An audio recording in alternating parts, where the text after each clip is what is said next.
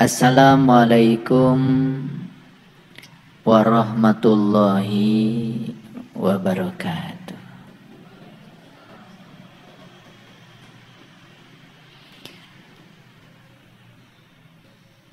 Alhamdulillahillazi nuri qulubana wa binuri ma'rifati wal isbatul yakin. Wa adkhilnal ma'al awliya'i was solihin was syuhada was siddiqin. Asyhadu an la ilaha illallah wahdahu la syarikalah rabbul alamin. Wa asyhadu anna Muhammadan abduhu wa rasuluhu asrafal anbiya'i wal mursalin. Sayyidina Muhammadin wa ala alihi wa sahbihi ajmain.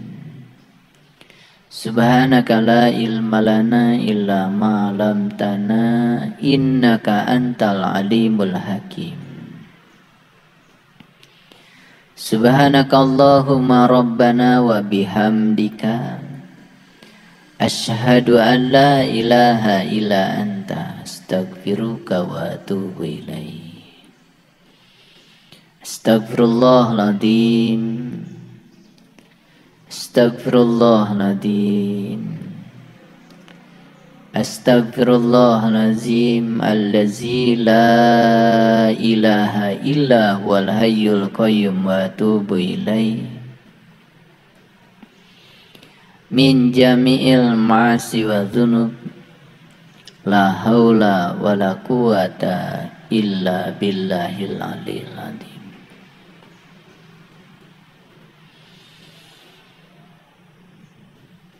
Kita diutus ke semesta raya ini dibungkus dengan tubuh jasmani.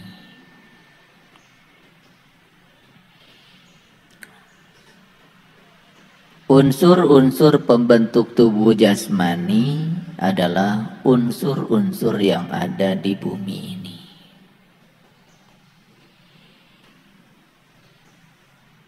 Aslinya kita ini adalah makhluk cahaya.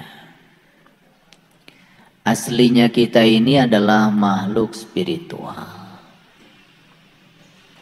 Asal kita itu dari akhirat dan diutuslah kita ke dunia ini. Jadi akhirat itu bahasa Arab artinya adalah terminal akhir, sekaligus juga terminal awal kita. Kita asal dari Allah dan akan kembali kepada Allah. Jadi terminal awal kita Allah, terminal akhir juga Allah. Kalau begitu akhirat ya Allah itu sendiri.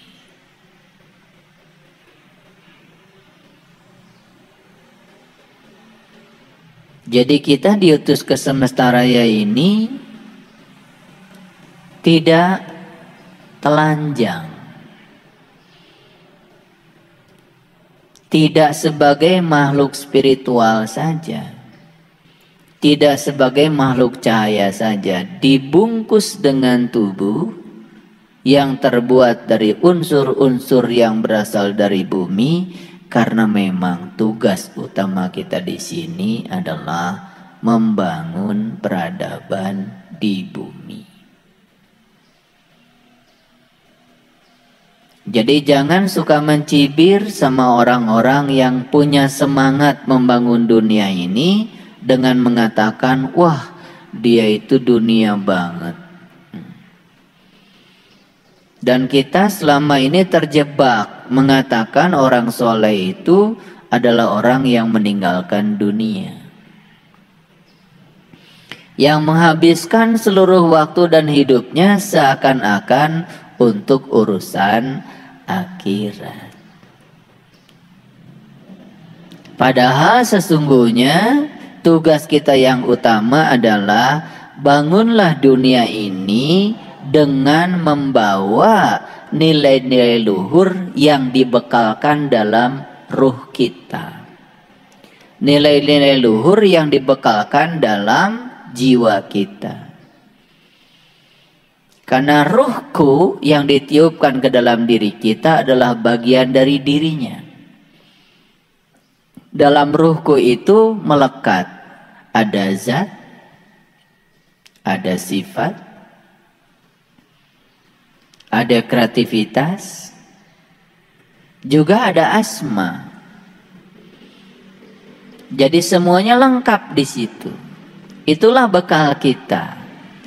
Jadi dua bekal kita yang utama. Bekal yang pertama adalah nilai-nilai keilahian yang harus diwujudkan menjadi nilai-nilai kemanusiaan. Dan bekal yang kedua, kita dikasih tubuh untuk berkarya sebagai kendaraan kita di semesta raya ini. Itu sebabnya setelah selesai kita berkarya di sini, ya, sang ruhku yang ditiupkan itu, ya, tidak akan tinggal di sini lagi. Tepat pada saat tubuh ini sudah tidak layak pakai lagi untuk meneruskan perjalanan di semesta raya ini.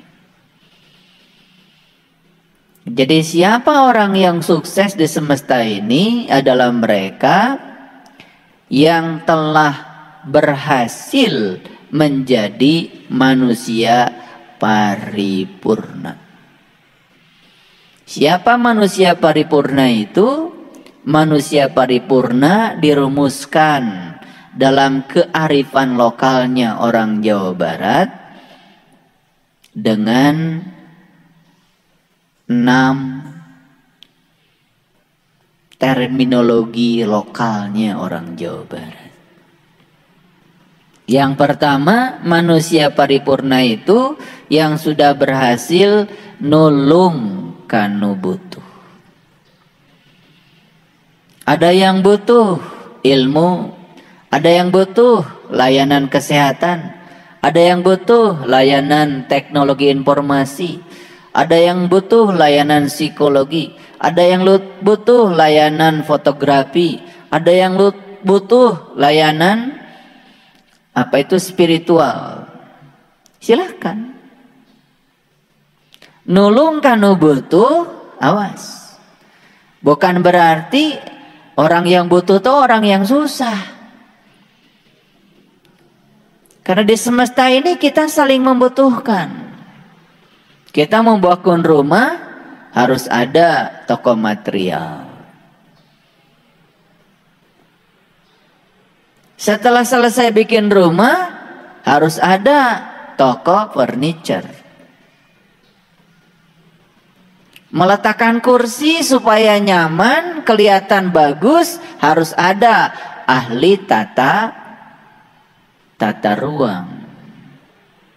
Supaya baju kita bagus, supaya bagus, kelihatannya keren, harus ada ahli tata busana.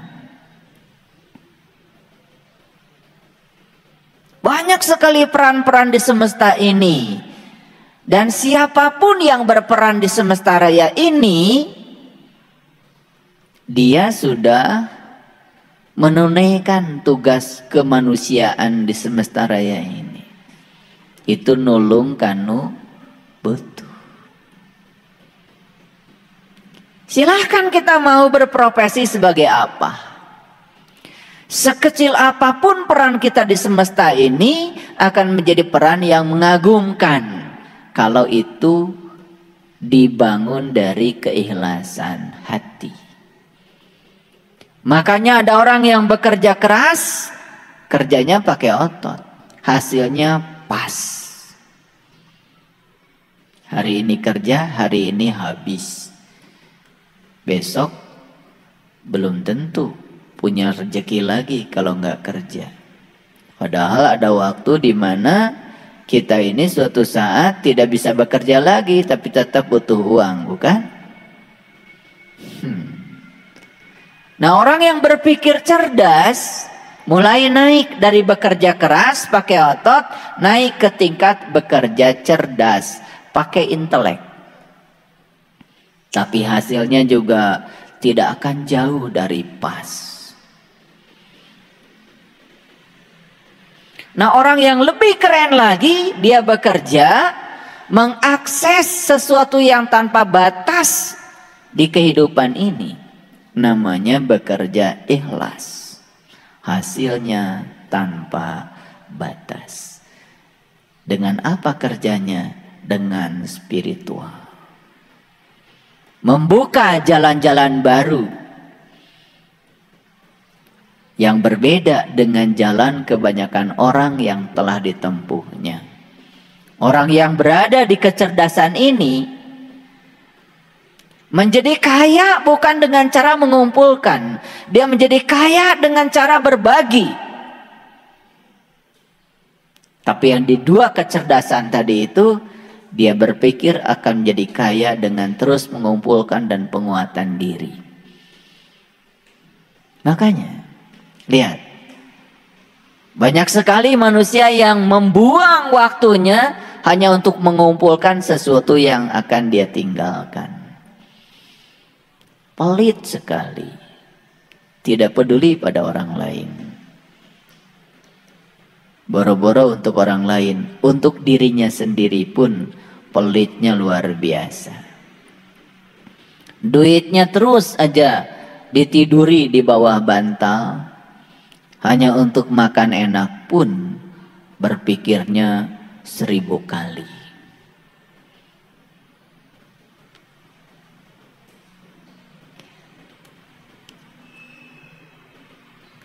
Yang kedua, manusia paripurna itu adalah nalang kanu susah.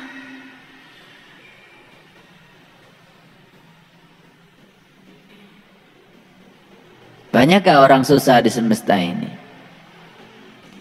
Banyakkah orang yang menderita di semesta ini? Banyak apa tidak? Begitu saya bilang kata susah, yang terpikir oleh kebanyakan kita itu selalu saja urusan ekonomi. Padahal banyak orang susah di semesta ini, ekonominya luar biasa, berlimpah.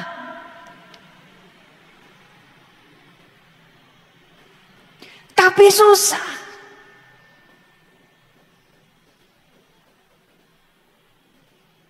Rata-rata orang yang korupsi itu orang yang punya jabatan. Dan jabatannya pasti tinggi. Kalau jabatannya rendah, apa yang mau dikorupsi? Saya mau tanya, pinter enggak? Itu para koruptor itu kelebihan hidupnya apa kekurangan? Kelebihan apa kekurangan? Masih nyuri berarti kekurangan. Kekurangan harta atau perasaannya saja yang kekurangan? Perasaannya. Hartanya banyak, rumahnya ngejengleng, mobilnya banyak, jabatannya tinggi. Tapi masih saja mencuri, berarti dia masih merasa kekurangan. Itu orang susah apa tidak? Susah apa tidak? Susah. Kalau cerita orang susah nggak punya duit, itu sudah selesai itu. Saya sekarang sedang cerita orang susah, tetapi kelihatan seperti tidak susah. Pura-pura aja tidak susah, padahal susah.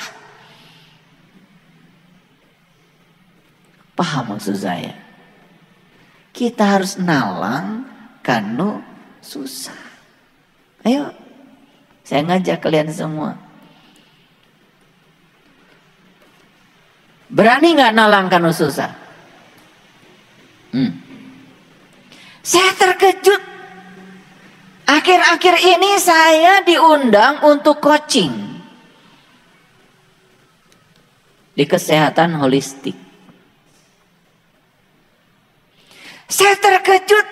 Di situ saya bertemu dengan orang-orang orang yang kelihatan secara duniawi gak masalah, tapi masalahnya banyak, susah hidupnya. Coba, orang belum punya jabatan, susah. Meraih jabatan, susah. Setelah menjabat, tambah susah. Karena dia takut kehilangan yang sudah dia capai. Lihat tuh mereka bekerja keras untuk mempertahankan agar dia ada di jabatan itu. Karena setiap jabatan ada berkah jabatan. Dia takut kehilangan berkahnya. Susah apa tidak? Susah. Ini saya buka nih pemikirannya. Karena lihat orang susah nggak punya duit, biasa kan? Ini kita lihat orang susah duitnya banyak. Kita lihat orang susah sekolahnya tinggi. Lihat orang susah tidak sekolah, biasa, nggak usah dibahas. Banyak yang sekolahnya tinggi-tinggi, susah juga. Pikirannya susah, perasaannya susah, yang diceritakan yang susah-susah, hidupnya susah juga. Apa maksud saya? Saya tantang sekarang. Ayo, mau nggak kita nolong sama orang susah itu?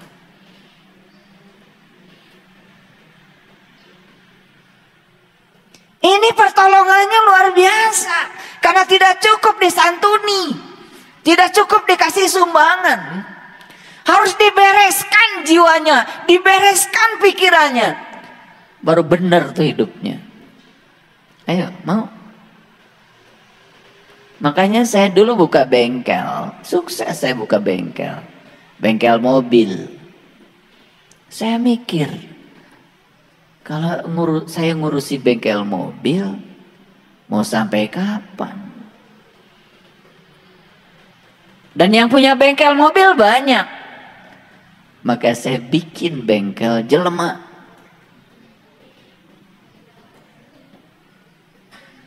Karena yang ini hampir tidak ada saingan. Makanya mulai bengkel saya sekarang didatangi banyak orang.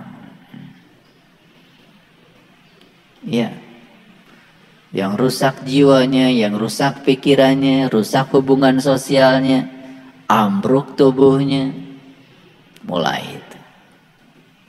Ini dalam rangka menjadi manusia paripurna. Yang ketiga adalah ngahudangkeun kanu sare. Membangunkan orang yang tidur. Orang yang tidur malam sedang istirahat, biarkan aja, nggak usah dibangunkan. Yang harus dibangunkan oleh kita yang sudah bangun tapi sare.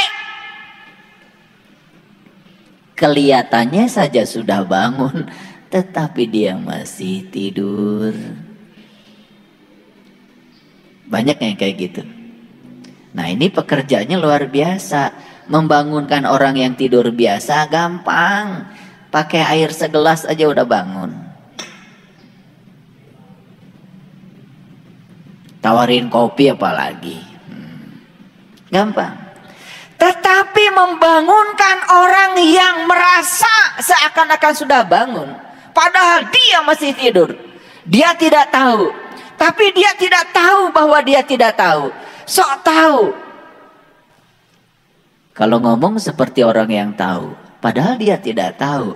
Cuma dia tidak tahu bahwa dia tidak tahu.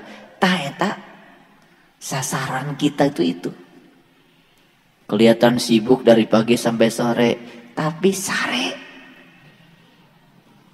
Apa yang tertidur? Kesadarannya. Makan gak sadar, jalan gak sadar, ngomong gak sadar, mikir gak sadar. Hanya menyadari napas saja yang ada di dalam dirinya sebagai sang jantung semesta yang memberikan kehidupan pada dirinya. Itu saja tidak disadari. Sibuk saja dalam proses mengejar dan terus mengejar. Diburu oleh waktu. Makanya mereka yang terus hidupnya diburu oleh waktu akan dilindas oleh roda zaman. Terus saja dilanda rasa tidak puas dalam hidupnya. Tidak pernah bersyukur. Kerjanya cuma meminta dan meminta. Dan orang yang masih meminta dan terus meminta itu tanda bahwa dirinya belum merasa diberi. Cuman karena memintanya habis sholat kan kelihatan soleh. Namanya doa.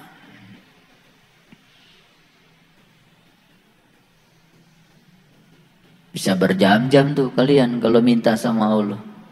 Dikiranya doa itu adalah permintaan. Padahal doa itu adalah ajakan, undangan. Allah itu hanya perlu diundang saja.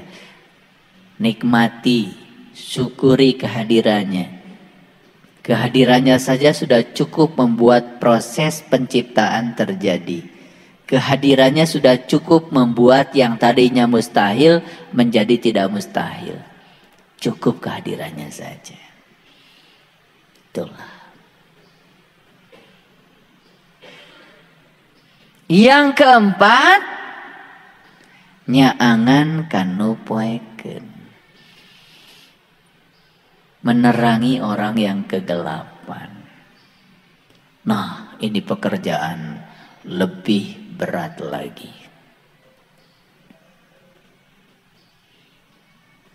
Orang yang merasa tinggal di tempat terang seperti ini banyak. Tapi orang yang kegelapan di tempat terang lebih banyak lagi.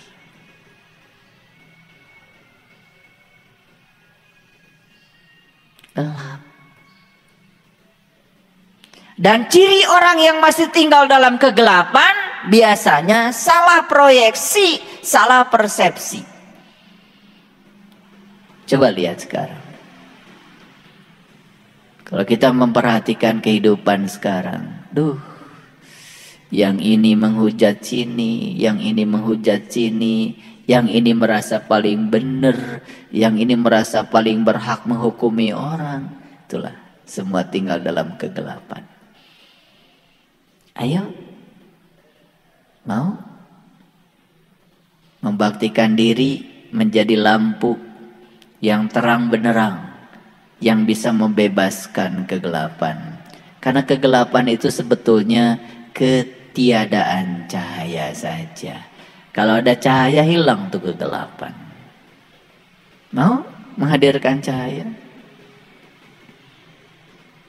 Bagaimana kita bisa menghadirkan cahaya untuk orang lain kalau kita belum bercahaya? Ayo cahayakan diri kita dulu. Cahayakan diri kita. Tidak usah pidato. Orang-orang yang bercahaya itu pasti dimanapun akan bisa membebaskan kegelapan. Dan orang-orang yang gelap kemanapun pergi, menambah kegelapan. Dan lucunya ini sekarang, banyak para penyumbang kegelapan tapi merasa dia sedang membagikan cahaya. Kemana-mana menebarkan kebencian, perpecahan, fitnah, hoax. Tapi merasa seakan-akan dia sedang membagikan cahaya. Padahal energinya terasa banget. Orang yang dilepel itu apa aja salah. Bagi dia apa saja salah. Itulah kedangkalan.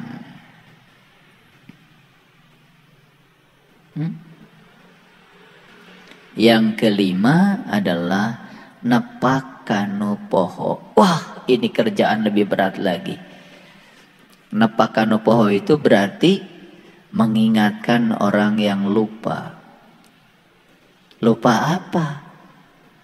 Sekarang ini persoalan manusia yang paling besar adalah lupa pada jati dirinya sendiri.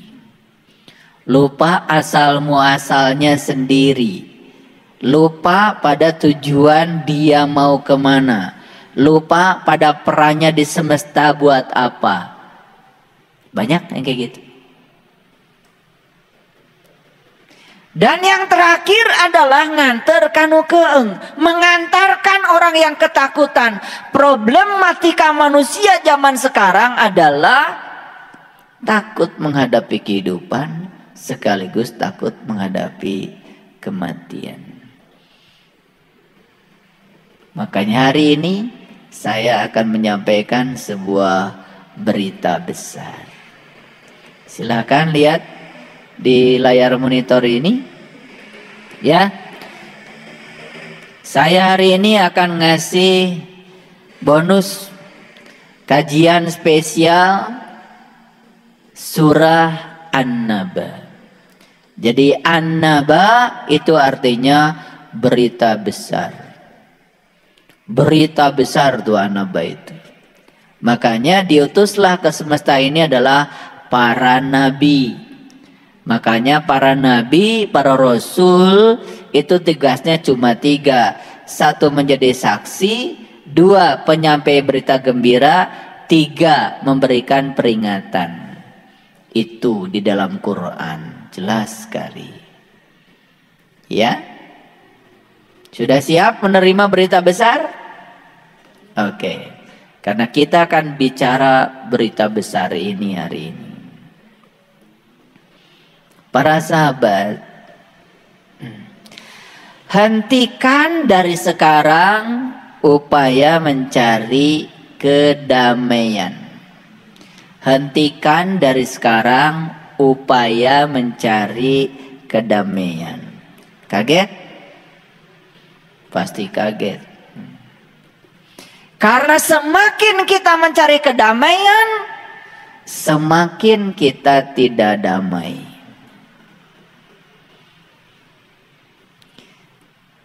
Sederhana sebetulnya.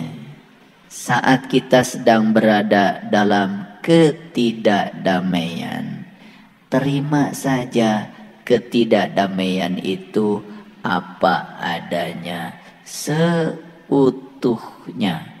Begitu kita terima ketidakdamaian seutuhnya, saksikan saja.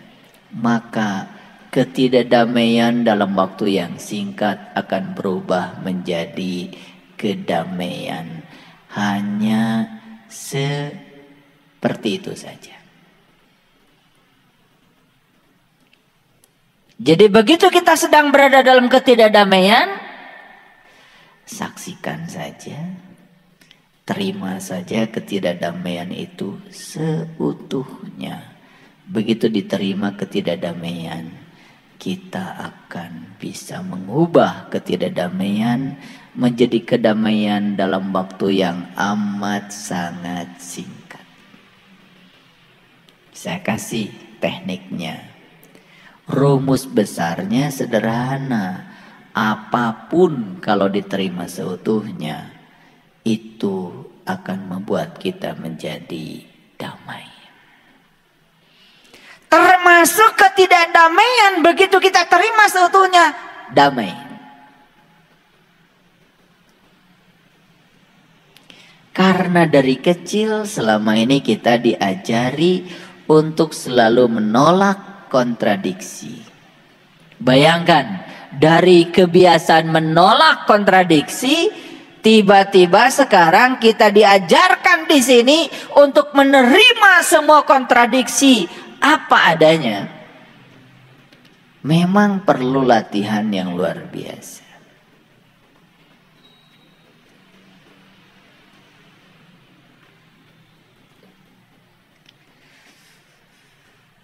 Mencari keadaan lain di luar yang ada di hadapan kita. Ulangi. Mencari keadaan lain yang di luar yang sedang kita hadapi. Bukankah itu akan menimbulkan konflik pada diri kita? Itulah yang sering tidak disadari. Kita sering hidup dengan apa yang seharusnya, bukan hidup dengan apa yang ada.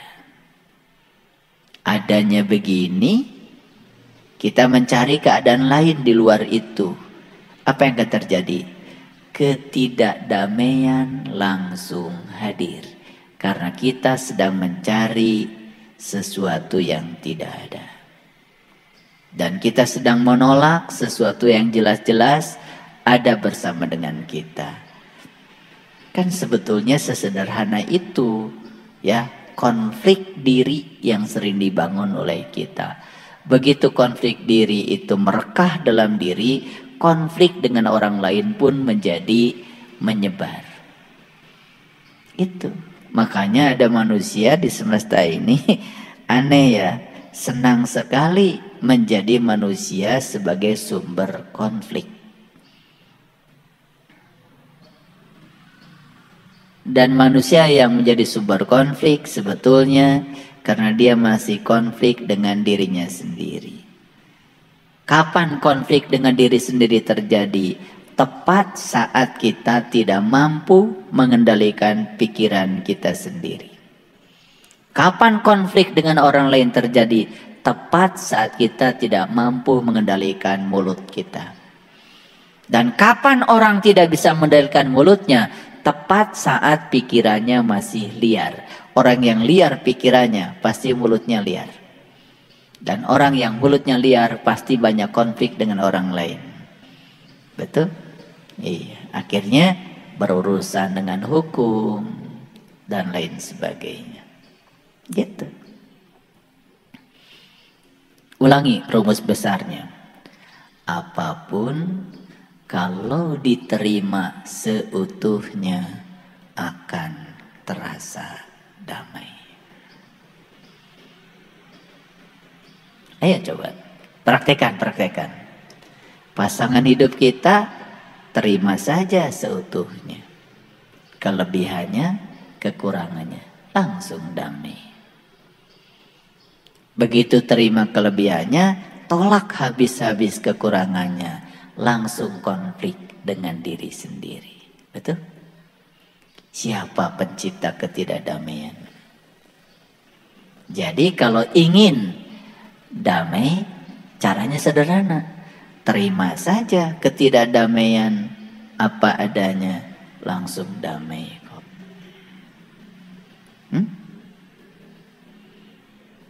Ada yang konflik dengan anak karena anak ingin jadi apa? Karena anak ingin menjadi siapa menurut versinya dia. Bapaknya dokter, anaknya harus jadi dokter, padahal anaknya takut darah. Bukankah sedang menimbulkan konflik? Tidak bisa menerima kenyataan anak apa adanya. Anaknya itu senang musik, bapaknya dokter, bapaknya ingin anaknya menjadi dokter. Padahal aslinya itu anak sebetulnya pemusik. Makanya di sekolah kan di kedokteran kelihatan jadi idiot. Karena jeniusnya dia memang main musik. Itu sama saja ikan disuruh memanjat pohon, kan kelihatan idiot. Padahal jeniusnya ikan memang berenang. Jadi jeniusnya dia nggak kelihatan karena dia sedang dibangun menjadi orang lain. Konflik nggak? Kenapa? Kita tidak bisa menerima kenyataan anak kita tidak suka belajar biologi, dipaksa untuk menjadi dokter. Anak kita kerjanya senangnya masak di dapur, dipaksa jadi tentara. Karena bapaknya tentara. Konflik nggak? Kayak kasihan tuh anak bisa stres seumur-umur. Makanya saya perhatikan sekarang ini banyak sekali manusia yang tidak bahagia dengan profesinya. Saya terkejut kemarin ngasih kuliah entrepreneurship, kewirausahaan. Saya tanya satu-satu mahasiswa saya, apa kesukaan kamu? Nyanyi Pak. Loh, kok ada di jurusan fisika? Kamu tersiksa nggak belajar fisika? Oh, stres banget Pak. Loh, kenapa bikin neraka sendiri? Ibu saya Pak, pengen saya jadi guru fisika. Nah, mulai kelihatan. Alam bawah sadarnya nanti akan menggunung. Dan suatu saat dia akan ambruk tuh. Dia tidak bahagia di profesinya. Dan bayangkan, ketika orang tidak bahagia di profesinya, maka dia akan bekerja dalam keadaan tidak bahagia. Berkembang apa tidak? Tidak akan berkembang.